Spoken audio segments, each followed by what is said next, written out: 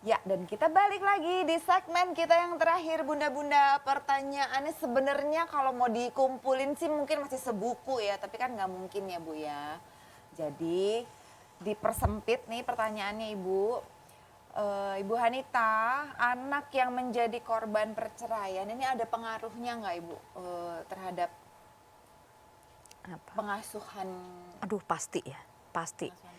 Jadi pengalaman saya waktu menangani kasus-kasus anak ini, aduh sangat memprihatinkan pada pengasuhan anak ya. Karena yang pertama, ketika KDRT mengakibatkan perceraian ya, meskipun tidak selalu loh. Saya ingin mengatakan bahwa jadi bunda-bunda juga supaya bunda-bunda juga tidak takut ya menghadapi KDRT, karena ketika nanti kita mau menyelesaikan masalah KDRT selalu berakhir dengan perceraian, tidak selalu. Ya, mungkin di episode-episode sebelumnya saya sampaikan bahwa ketika KDRT terjadi, yang harus dilakukan adalah bagaimana supaya kekerasan itu tidak terjadi lagi. Nah, seringkali orang karena tidak bisa lagi menghadapinya, akhirnya bercerai. Nah, ini memang kemudian perceraian ini seringkali kemudian tidak bisa dihindarkan. Dan ini langsung berdampak cukup parah biasanya pada pengasuhan. Antara lain ya, ketika orang tua berpisah, pasti anak kan jadi masalah kan, anak akan ikut siapa? Ya, padahal hak anak ya yang mendapatkan kasih sayang orang tua. Nah, saya sangat bersyukur saat ini bahwa bunda-bunda bisa melihat nanti dalam Undang-Undang Perlindungan Anak yang sudah diperbaiki. Dulu Undang-Undang Perlindungan Anak itu kan ada Undang-Undang nomor 23 tahun 2002. Nah, itu direvisi sampai 3 kali loh. Indonesia itu termasuk yang sangat serius sebenarnya dalam pengaturan tentang perlindungan anak. Nah, Undang-Undang Perlindungan Anak yang sudah direvisi nomor 35 tahun 2014 ini ya, di sana mengatur bahwa pengasuhan anak itu adalah pada kedua orang tua. Sehingga seharusnya meskipun bercerai ya, orang tua tetap harus bersama-sama mengasuh anak. Nah, itu bagaimana caranya kan begitu kan? Sementara kedua orang tuanya bercerai. Ini kan satu hal yang membuat anak disorientasi pertama.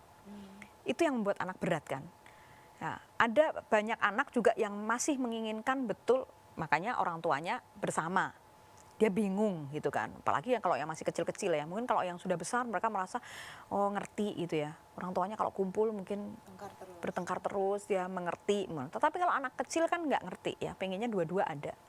Nah, pengasuhan ini biasanya kemudian menjadi masalah karena orang tuanya berpisah, akhirnya muncul tadi rebutan hak asuh anak. Makanya saat ini setelah diatur itu mudah-mudahan juga semua bisa diputuskan dengan lebih bijak. Tidak ada lagi misalnya pengasuhan hanya kepada ibu sehingga akhirnya nanti ayahnya tidak bisa menemui, atau sebaliknya pengasuhan pada ayah karena dianggap misalnya ibunya nggak bekerja, nggak punya penghasilan gitu kan, terus kemudian pengasuhan pada ayah, ibunya susah menemui, semacam itu kan.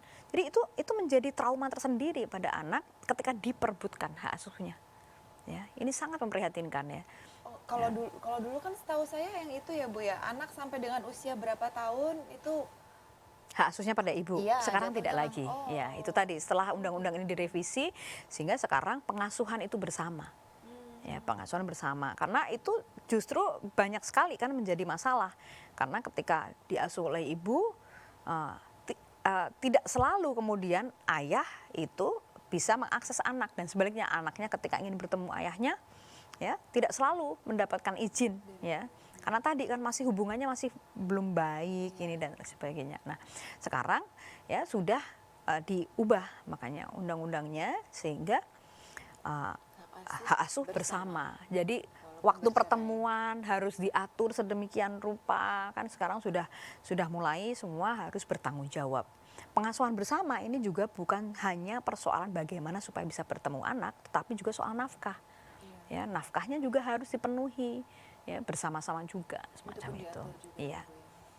Iya. Jadi cukup terlindungi untuk melindungi Sebenarnya anak ini, ya.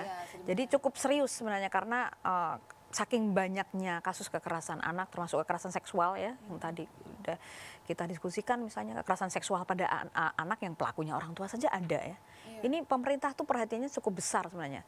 Makanya beberapa waktu yang lalu ya, bulan Januari 2020 yang lalu, sampai presiden itu membuat rapat terbatas khusus untuk mengantisipasi kasus-kasus kekerasan anak, terutama kekerasan seksual. Jadi semua pihak harus tanggung jawab itu, harus bekerja keras untuk itu. Jadi karena memang bisa dibayangkan ya, anak mendapatkan kekerasan di lingkungan yang seharusnya menjadi tempat paling aman.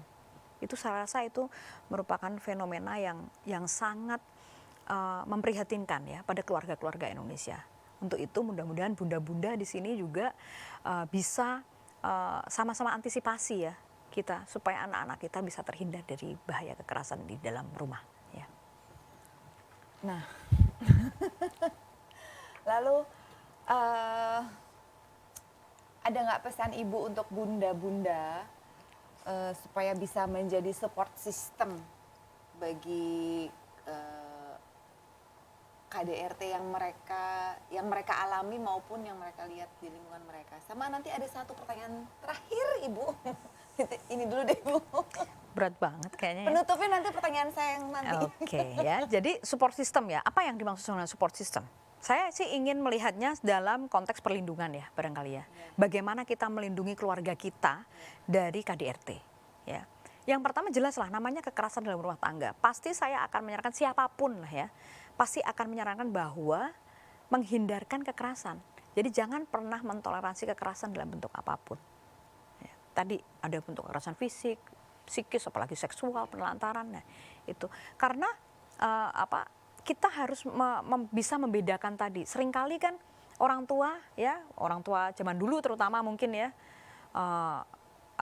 rata-rata lah ya, mungkin zaman dulu tidak juga, ada juga orang tua yang anti kekerasan juga ya, itu ada. Tetapi ketika belum ada undang-undang perlindungan anak pada waktu itu, banyak orang tua masih menganggap kekerasan terhadap mendisiplinkan anak dengan kekerasan itu adalah salah satu pilihan yang terbaik. Cara yang efektif mendisiplinkan anak. Sekarang zamannya berubah. Satu, dulu nggak ada undang-undang perlindungan anak. Ingat ya, bunda-bunda, konteks perlindungan anak, komitmen pemerintah untuk melindungi anak dengan undang-undang ini, itu karena ratifikasi Indonesia dalam konvensi hak anak. Ya, jadi setiap tahun Indonesia harus membuat laporan ke PBB. Ya, sejauh mana capaiannya? Saya pernah menjadi delegasi PBB di Jenewa untuk Convention on the Right of Child.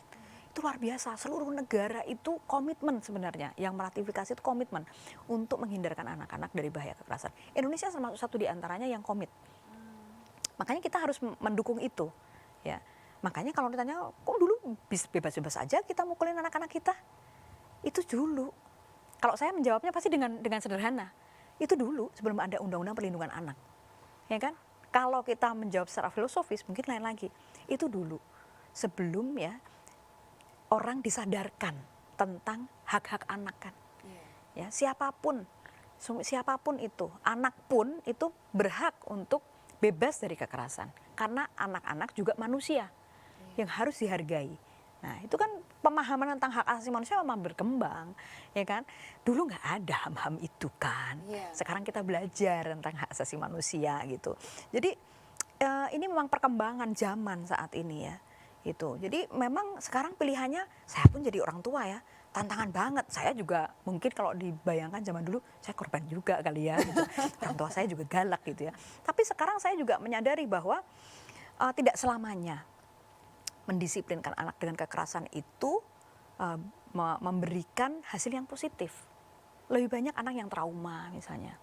Trauma dengan kekerasan sehingga dia menjadi tidak percaya diri, dia tidak tidak mampu merespon untuk mengembangkan dirinya ya, semacam itu. Nah, apalagi anak-anak sekarang ya. Zaman sekarang kan tadi penghargaan terhadap hak asasi manusia kan meningkat, termasuk anak-anak. Anak-anak pun diajari kan beda. Anak-anak sekarang mendapatkan hak untuk berbicara. Freedom of speech anak-anak, undang-undang perlindungan anak itu meratifikasi penuh loh. Hak-hak yang diatur dalam undang-undang perlindungan anak itu betul-betul hasil ratifikasi konvensi hak anak yang isinya haknya ada 32. Banyak banget. Dari hak hidup dan berkembang sampai hak anak bebas dari kekerasan. Saya sampai kaget ya, sebenarnya Indonesia ini luar biasa, 9 klaster hak anak itu diratifikasi semua. Akhirnya ada 3 tanggung jawab pemerintah itu yang berat. 1, dia harus respect. To respect, menghargai kan, to protect, melindungi, dan yang terberat adalah fulfill, dia harus memenuhi. Ya, how? Makanya ditetapkan 4 lingkungan perlindungan anak, 1 orang tua. Negara tahu orang tua tidak semuanya orang tua itu melindungi anak. Karena tidak semua orang tua menginginkan anak ya. Iya. Banyak orang tua yang terpaksa. Bunda-bunda di rumah pasti semua sayang sama anaknya. Tapi di luar sana, kita masih banyak ketemu yang bunda-bunda yang tidak sadar bahwa anak itu harus dilindungi. Menelantarkan anaknya, tidak mengurus anaknya. Itulah yang negara kemudian harus ikut campur. Makanya ada lingkungan, ya ada 2. Yang kedua kemudian negara. Negara, masyarakat juga. Ya kan? Masyarakat ada. Dan terakhir adalah ini yang paling penting, anak itu sendiri. Anak juga jadi subjek untuk bisa melindungi. Makanya anak-anak sekarang diajarkan untuk berani berbicara. Nah itulah zaman kita dulu kan. Coba Rina jawab enggak. Sekarang anak-anak memang diajari untuk berbicara. Betul-betul menurut saya zaman itu bukan hanya berubah ya, begitu maju menganggap anak seorang anak ya, ketika dia sudah bisa berbicara, anak itu berhak untuk ditanya.